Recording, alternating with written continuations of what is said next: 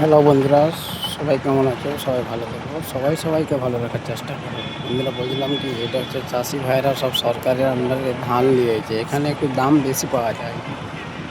কেউ যদি নতুন হয়ে থাকো, যে ধান চাষ করে যে রেকর্ড আছে জমি সম্পূর্ণ সঠিকভাবে, তাহলে ওরা এখানে 2024-তে এসে অফিসে যোগাযোগ করে ফর্ম ফিল আপ করে শুরু করুন ধান দেওয়া।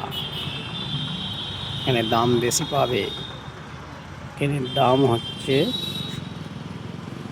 2300 ক টাকা, আমি সঠিকটা জানি না, কারণ আমিও আজকে ধান নিয়ে এসেছি। আর বছরে দিয়েছিলাম,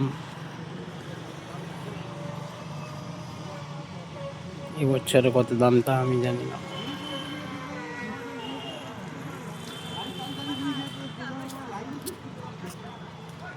মার্কেটে যদি 1800 দাম হয়, এখানে 2300, 500 টাকা কুইন্টলে ফেরা।